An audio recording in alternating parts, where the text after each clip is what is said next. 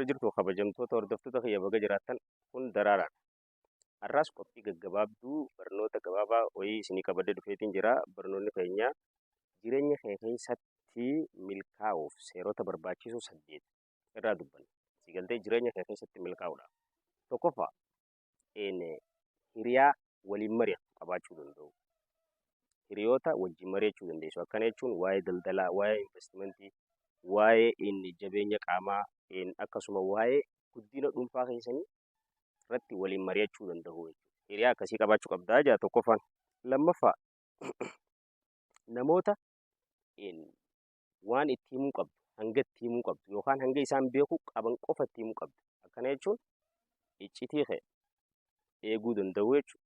Iccitii kee eeggadhu abbaatuuf kabaja waan taateef siin jaa. Sadaffaan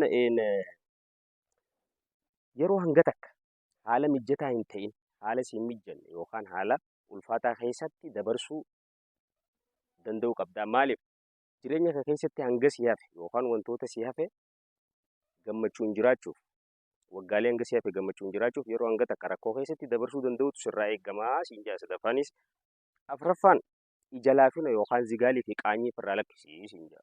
Because namni si dhimmamu yoo si ta'e malee hin jiru. Sigaltee namni si dhimmamu waan hin jirreef. Kanaaf gabbahiitii carraa kee uummadhu, carraa kee barbaadi. Maallaan jaanii dhiisii gabbahii carraa kee barbaaddadhu jenna. Shanaffaa bira dee maallaqa jala hin fiigin.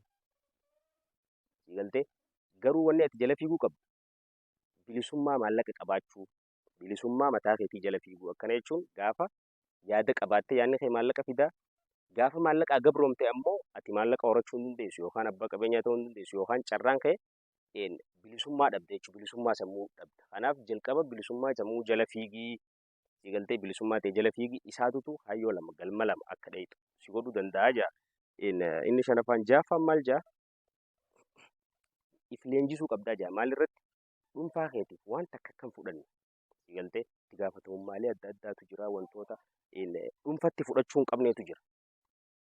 Sigaltee wantoota akkasii akka hin fudhanne if leenjisuu danda'uu qabdaa jaa. Sigaltee kana wanni gootuu fi dhibbantaa 99 ol rakkoo xiinsammuu yookaan rakkoo sammuu si mudatan jalaa bilisa ta'uudhaaf si gargaaraa siin jaa. Torbaffaan ammoo galii dabalataa uummachuu barii siin jaa. Yoom ammuma lafaa ka'ii dandeettii siistama galii dabalataatti horatu. Fakkeenyaaf 9 hanga 5 waan jaamutu jira.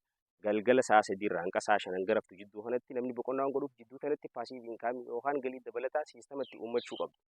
Akkamiin yookaan karaalee maallaqa dabalataa ittiin fiduu dandeessuu fi siistama dinagdee ittiin uummachuu dandeessu kan dabalataa uummadhu siin jaa. Torbaffaan keenyaas jechuudha. 8ffaan riiskii fudhadhu. Riiskii fudhachuu sodaatiin yoom ammuma barana riiskii fudhadhu. Yoo riiskii fudhachuu dadhabde amataa gadaa waggaa dhufuus waggoottan as deemanis haaluma duraan keessa turte san keessa jiraattaa siin jaa. Qophii wal fakkaatu namni walitti deebinu har'aaf hanganaa isin qabadee dhufe galatoomaa nagaan jiraadha.